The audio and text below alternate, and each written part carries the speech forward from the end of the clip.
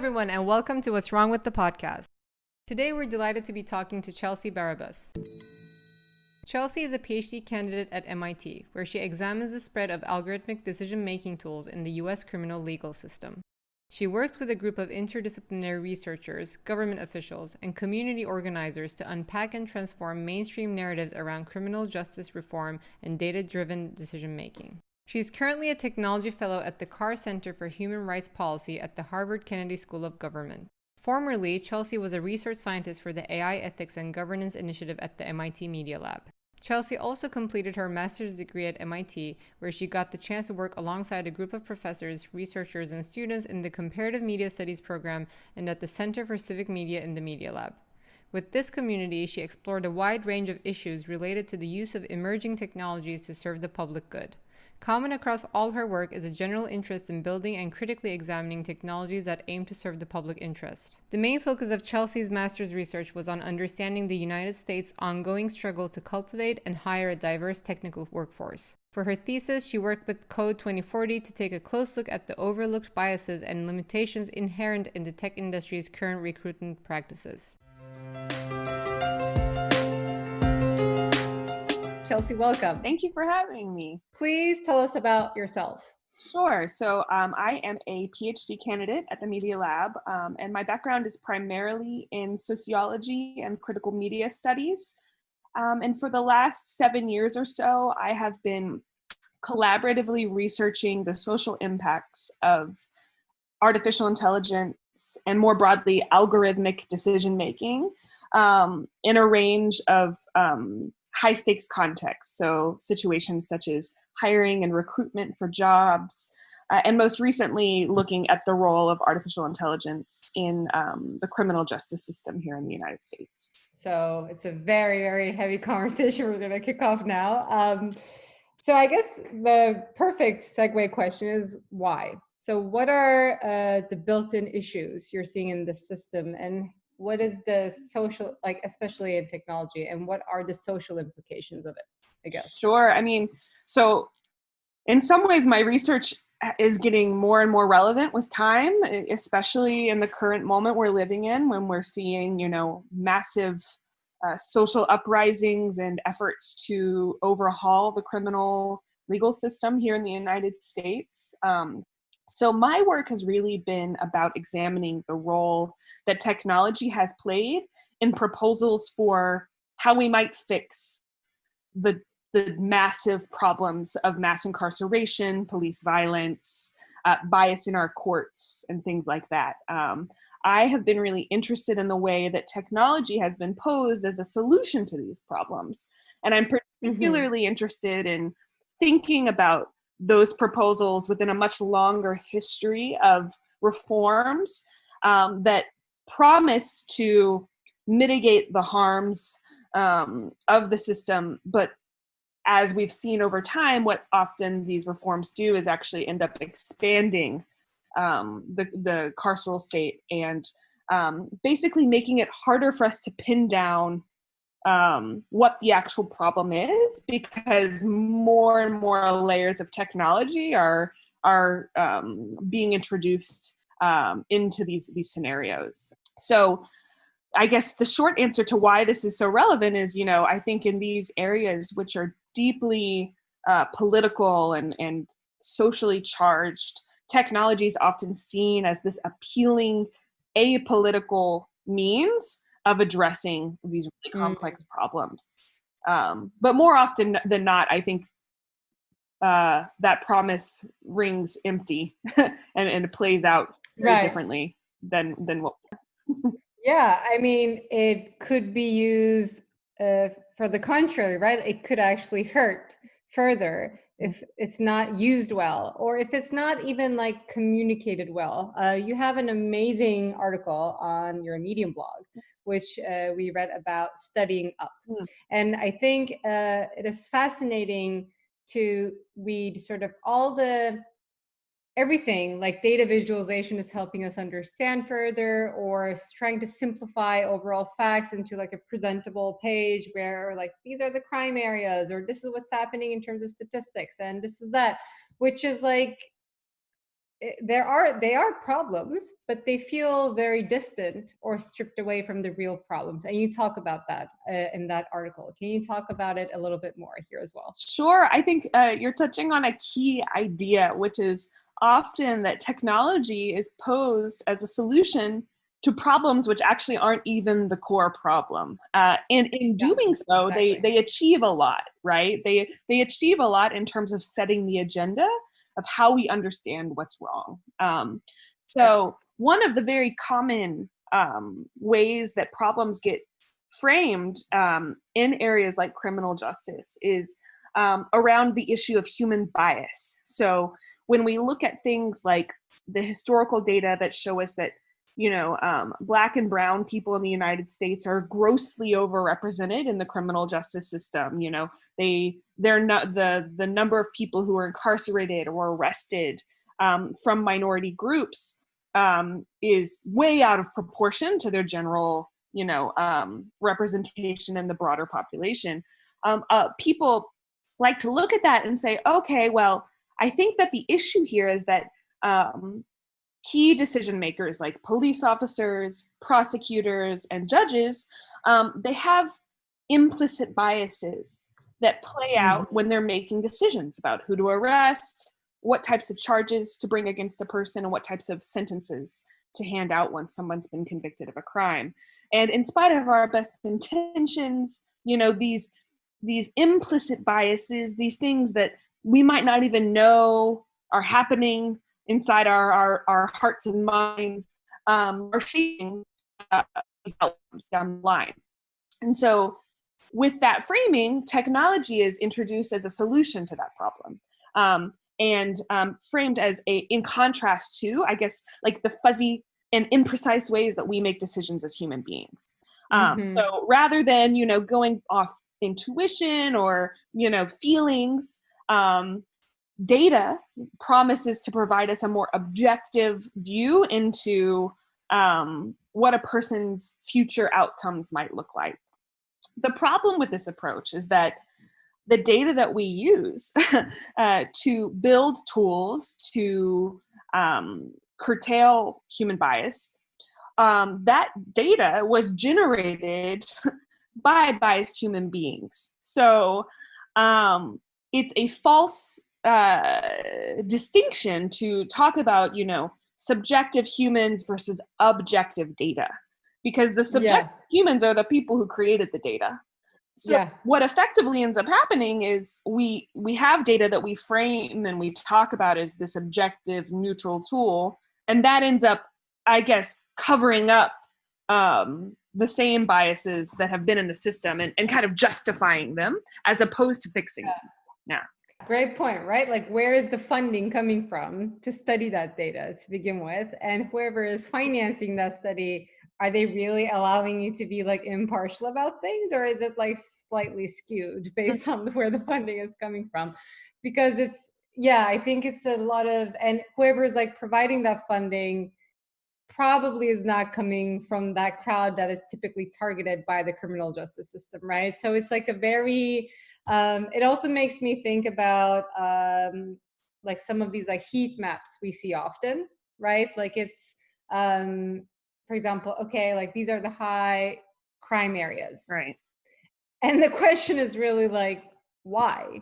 Like there is so many tiers to it, right? Like from architecture, like housing, to security systems, to, even like having the necessary amenities, retail or public facilities in the area? Or is it just like it's treated like an abandoned place? So there's so many built-in things that I think, as you said, if technology is not really used or targeted in the right direction, it stops the progress, because it's kind of like, okay, we used our tech to show you this is the problem, and then it's like sort of like end of conversation, and this based on data, so it's true, but it's not like doing a deeper dive into what the real problems are. And we're really fascinated in that, and one of the reasons why we're doing such podcasts is like, yes, we're an architecture and design studio, but there are so many built-in things that are relevant to what we should be designing. So Mm. I think there's a similar idea there, which I find really fascinating that you talk about, and honestly don't think of often unless you're like really, on conversations like this. So I find this really, really fascinating. Mm. And the bias aspect is so, like, I was thinking about this the other day. I was looking at these like GoFundMe campaigns, Mm. right? And they had like a series of funding campaigns for like babies with like the same disability almost, and they're trying to raise a fund to get a treatment until the year of 2. I think they're able to get it. And like the common notion, I guess, whatever that is for whoever, as like a cute baby Mm. versus like the campaigns that didn't necessarily had the pleasant, happy child in the photos, but a one suffering from a disease, you could see like some are getting way more funding than others. Mm. And Mm. it's so and if we were just to like look at the data only at the back end of this get more funding, why, oh, is it because they live in this region, or they promoted in more like social media platforms? Like if we were just like looking at the platforms and the data given, it like really doesn't look into like the underlying reasons of why some things might be. So Mm. in that sense, how do you think, and I guess like it's a question of more like what is the best way to create a team or collaborate to inhibit that? Because it's really hard to tell a data scientist, uncover all the bias and don't make sure to not like approach it on one angle. I mean, maybe it's not their responsibility to do that nor their profession. So what type of a collaboration do you envision Mm. for such bias to be inhibited?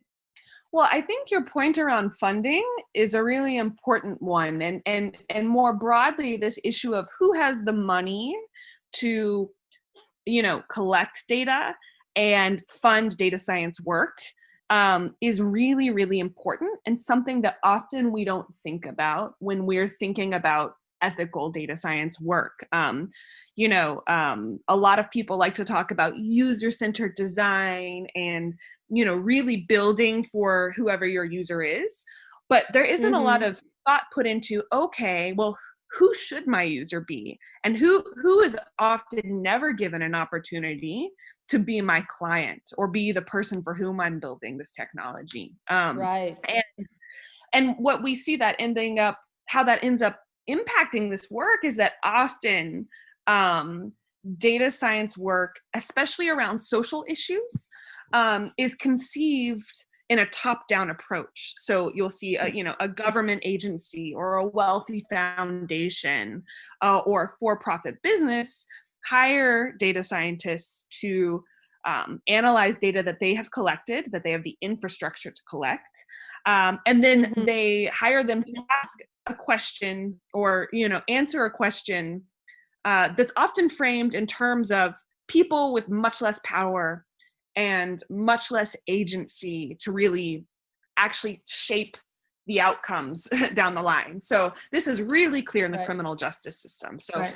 in the criminal justice system, the only organizations that have the money to be able to collect data about what's going on are usually, state and local governments, maybe large foundations with millions of dollars. And when they're thinking about, using data to introduce reforms, they always ask for analysis that would give us insight into the behaviors of or the risk of people who have been sucked into the system, the unjust system. So we use that data to try to model and predict, okay, this person who's been arrested, what's their likelihood of being arrested in the future?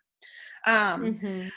That's really important because when we really think about who has the power to drive outcomes in the system, it's not actually the people who've been arrested and prosecuted.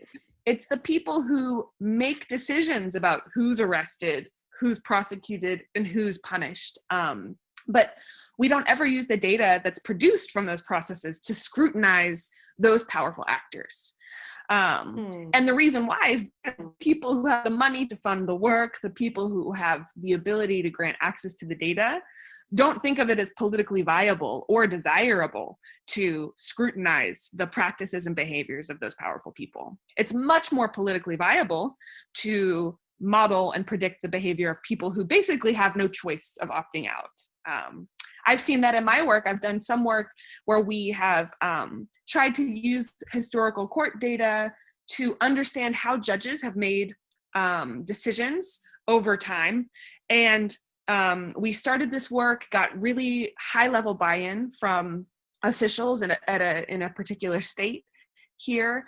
But it only took one phone call from one judge saying, this is a really bad idea. This is not going to fare well for you in the next election cycle, for the study to be paused. In contrast to that, we see, thousands of community organizers around the country mobilizing and fighting against the use of data for things like what you were mentioning, crime hotspot mapping, other tools like that.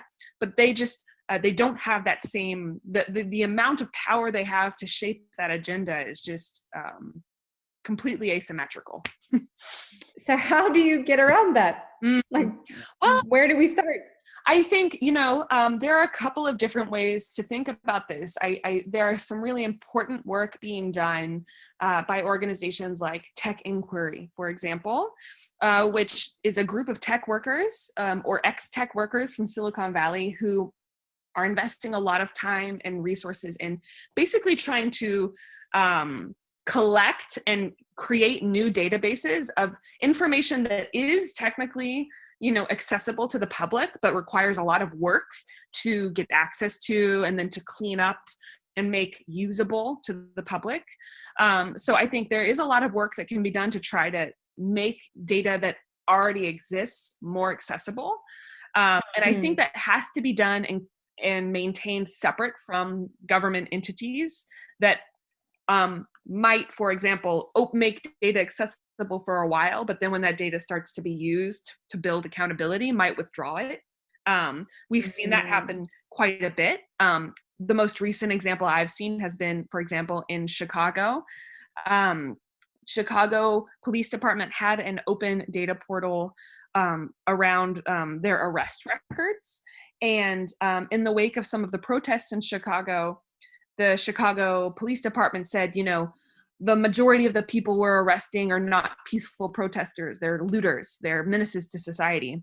So a group of journalists went to this open data portal, ran the numbers, and came back and said, actually, we've looked at your own numbers, and we're seeing that actually what you're arresting and charging people with is, these really minor offenses around disturbing the peace. They're not looters. The next day, the Chicago Police Department pulled that database. They said, "Oh, this is no longer useful." So that highlights the importance of somebody continuously pulling that data and saving it separately, so that it can't be pulled. Another strategy for getting data or thinking about data is, investing in collecting data that these powerful organizations won't collect on their own. So I've been really inspired by the work of organizations like the Massachusetts Bail Fund, which is an organization that over the last couple of years has trained dozens of people to go into courtrooms, observe the proceedings of the court, and actually collect data by hand of the types of decisions that judges are making in their cases. And then they're using that data to build accountability campaigns and increase the transparency around the way decisions are made. The downside of those efforts is that it reveals how labor intensive and resources intensive it actually is to collect and maintain. Hundreds of hours were invested in that process. And at the end of some of these campaigns, the question is this really worth our time? Is this the best way for us to spend all this manpower and resources? Is data-driven work actually useful to us, or does it actually pose more of a burden to our work? Yeah, and it's such a I mean, how do you get to, I mean, of course you can have these like grassroots efforts and like start somewhere to at least, you know, raise more awareness of it in the meantime, right? But you're so right in terms of like, if it's just studied on one side or like outsiders to the subject that are trying to like fix this issue, it's very, very hard to achieve something when you are hitting a wall on the other end at all times. I think well, thanks to like the Black Lives Matter movement, we've seen, you know, the police force, for example, also being like a black box, like nobody's sharing anything. There's a code, you don't talk about it, like it's very enclosed. And and I guess it's also being like part of a union, like a union driven force sort of. It's a good thing, and we see the flip side of it in situations like this. But then you also see few policemen.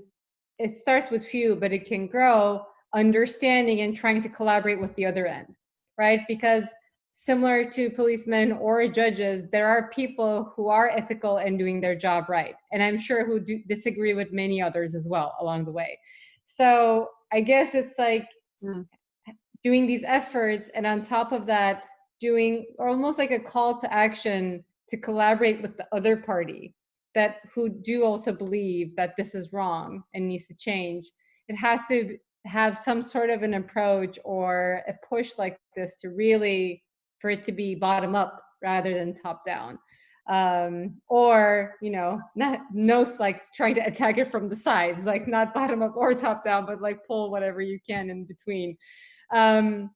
So I don't know how that happens, but I guess like movements like this or technology again could enable that. As now with everything, like even with AI to social media, there is more transparency around everything. You know, like I mean, what we're seeing today has been in place for many, many, many, many years, but maybe is echoing today because there's a lot more transparency and has to be because everything is a little bit more accessible in terms of technology.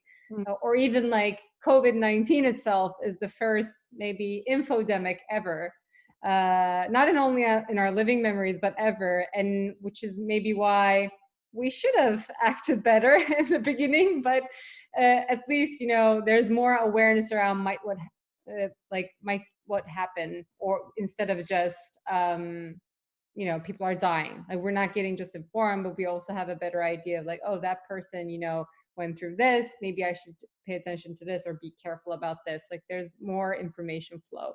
So again, I guess that's the sort of beauty of how technology can enable that. And maybe by bringing in more like case examples of collaboration with both ends, that could inspire, encourage, like some judge endorse this, and then maybe there's another movement there. But it's so fascinating to hear, you know, you get so far and really are onto something and diagnose it, and suddenly it's, I mean, it's not shocking, but it's very discouraging too. It could be very discouraging to keep bumping into moments where suddenly you're like, okay, this is done. We're not studying this anymore. And I'm sure this applies to many other like innovation or technology fields, no? Like, or in many other topics. Sure. Yeah. I mean, it certainly is discouraging at first when something that you've been working on for a long time just gets shut down so quickly. But on the other hand, it also, I think, is a real moment of insight to kind of see, okay, what are the real power dynamics at play here when we're using these technologies? Like, in whose service is this technology being deployed typically? And I think a really powerful way to kind of test the ethical implications of a technology is actually to flip the script, which is a phrase that Ruha Benjamin has used quite a bit, and I've learned a lot from her work. Is subject powerful people to the technology that you're proposing as a solution to poor and marginalized people, and see how they respond. And we can learn a lot from those responses. What is the pushback that we receive, and what does that tell us about the actual impacts of this work down the line? If powerful people don't want to be subjected to this work, then why should we less powerful people to it. It's revealing in that sense, you know? So true. And I definitely agree. We also did a lot reading like about her work, like coming into this and like upsetting the status quo, she says, right? Mhm. It's definitely needed. And that also builds into like a bigger awareness and education of things. Like even if your research gets shut down, if you talk about it outside, more people think about this. They're like, oh, really? Like this is what happened. I think it's just also like we see this with any social issue, any issue in the world, really. Like it ends up being about awareness and education of all parties to really demand for change. Like it takes a collective action to actually make something happen. So even those insights, as you said, are super valuable Hmm. to sort of showcase people like, you see the dynamics here, like this is not working. And it's data-based, it's still data-based. Mm-hmm. Yeah. It can do a lot to reveal that your solution might actually be a part of the problem. Exactly. Yeah. Where where else do you think are currently working on maybe utilizing such approach? Like I think it's fascinating to hear like the criminal justice system side. Mhm. Any other fields you've explored this in or planning to incorporate? Sure. I mean, digital surveillance technology is just, coming into all spheres of our lives. So I think that there's potential to do this in a lot of areas. The workplace is a really important area where we're seeing, more and more surveillance technology coming into the workplace. I would love to, see some of these technologies that are being used now to, monitor somebody's face while they're on a Zoom call like this to, check their engagement. Are we doing that for the board meetings that, for the executives in these companies? I really doubt it. I think education, Yeah. schools are another really important area where like, students are now being subjected to much more monitoring and surveillance than ever before. And I don't really, in those types of situations, it's a little harder for me to think about what it would mean to flip the script, because I think also teachers are a group that are over surveilled and often become the scapegoats for, much bigger structural problems with the way our education system is set up. So Hmm. um, I'm not quite sure what it would look like there. I think instead of, flipping the script on a particular individual, what we might be trying to do is flip the script to examine some of these structural impacts of specific policies and things like that. I think that's also true within the healthcare system. There's a lot of opportunity to surface and reveal, discriminatory practices of medical practitioners, as opposed to framing, you know, data in terms of, the bad behavior or the poor health of patients. There's some really important work being done there looking at racial disparities here in the United States, Hmm. particularly around issues like maternal health, because we know, especially Black women in America have much higher mortality rates when giving birth to their children than do white mothers. And when we start to look at the data, we can see really disturbing practices or differences in the way that nurses and doctors treat Black women when they come in to deliver their babies than white women. So it's there's a lot of opportunity, I think, to really use data to hold a mirror up to the system and to powerful actors so that they can see the consequences of their behavior, as opposed to framing, you know, biased outcomes in terms of the behavior of the people who have to suffer the consequences of that bias. Right. And you're so right on,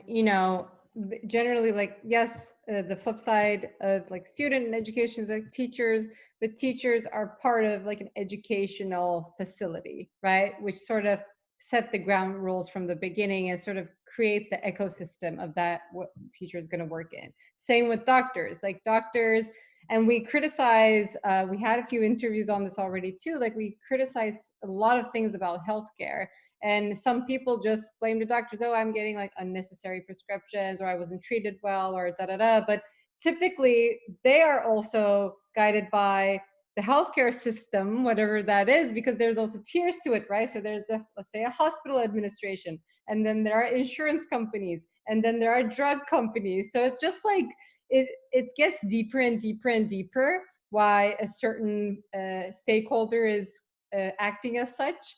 And I think such technology really enables us to do that study up, just because of like the power that it has. And we just need to do that more, and to all industries, I think. But as we discussed, you are definitely hitting roadblocks, or like direct walls when you're trying to make the study, and coming in like bumping into these big powers that you can't really do anything about, right? And I'm sure like similar issues do live in many other disciplines where you're trying to make progress, and you're not necessarily financed by the big guys, whoever those are. Right. So what would be your advice to anyone who's trying to do some progressive work or try to raise awareness with their own discipline and medium? Your word of advice for them? I think that the most important thing to think about when you're starting out is what your actual research question is. So much of the work is actually in developing the right question. And we don't often spend a lot of time actually invested in fully exploring, the breadth of the issue, and coming at, like you said, coming at this problem from many different angles before we settle in on what the specific question is that we want to solve. And I think in order to really do this well, we've got to engage deeply with communities and organizations and people who aren't able to fund that work, and aren't able to necessarily grant us access to data to do our work. I think particularly for academics, the history of working with community organizations has been fairly fraught. There are a lot of unhealthy habits that we have as researchers in terms of engaging with communities to, I think some of them, for example, are we come in with our own, first we usually come in with our question already formulated. So what we're coming to a community for is really to get data, gather data to answer a question. So that relationship becomes extractive from very early on. I'm coming to you to get something from you and take it back to meet my own goal. I'm not asking you what your goals are and how that could be, how I could support you in reaching your goal. Often the work is short term. So especially with data science work today, because it's such a hot subject, we see a swell of resources come in for a particular area or particular issue. There's money, people are interested in it. So researchers will go in wanting to answer that question in an area where communities have been struggling for a long time to change something, right? And they'll come in, do their work, get the resources to do the work, influence the conversation because they have platforms like MIT or Harvard or a fancy institution, so they're able to have an outsized impact, but then they're not invested in the work long term. So I think it's really important to invest in long-term mutually beneficial relationships with communities, and to work to build structures of accountability for that work so that your work is accountable to the communities that you are benefiting from working with. And right now, I think data scientists are not trained in any of that at all. That would be my advice, is to really dig in deep to building those relationships and coming up with the right question to ask. That's a tremendously important advice. And, I guess like to add to that, if you don't know where to start with that, like collaborate with an expert that knows how to do that. I don't know if that's a social worker, a psychologist, or whoever that is, to help you get that understanding and how that relationship relationship can be more sustainably beneficial for everyone, as you said. But so important. Absolutely. So, I mean, like going back to my background, I'm a sociologist and most of my work is qualitative in nature. So I am not the data scientist, but I work a lot with data scientists. And I think those are powerful collaborations to forge between folks who, have invested a lot of time and energy in learning about the complexity of our social world and how to navigate it. And for them to team up with people who have those skills in analyzing data can be really, really powerful. And we don't see it enough. I think we see a lot of efforts to, build a course for computer scientists so that they can, think about ethics, ethics of their work. But I think it's just a dream, a hopeless dream to think that, a course or two in ethics or in like the social impacts of computer science is going to equip someone with the knowledge and skills they need to do that well. Yeah. And which also sounds top down, right? Like ethics. Yeah. Here's your rules. Please tick all the boxes, Yeah. Exactly. This is great. Thank you so much, Chelsea. Such a pleasure to meeting you. Yeah, thanks for having me. Thank you so much for watching this week's episode. If you found value in these conversations, please like our video and hit the subscribe button. Make sure to visit our website, podcast.what'swrongwith.xyz, and subscribe to Apple Podcasts, Spotify, and Google Podcasts so you never miss an episode. Please leave us a comment or review, or you can simply tell your friends about us. For more details on our guests, follow us on Instagram and Twitter. You can find our handles in the description below. And don't forget to join us next week.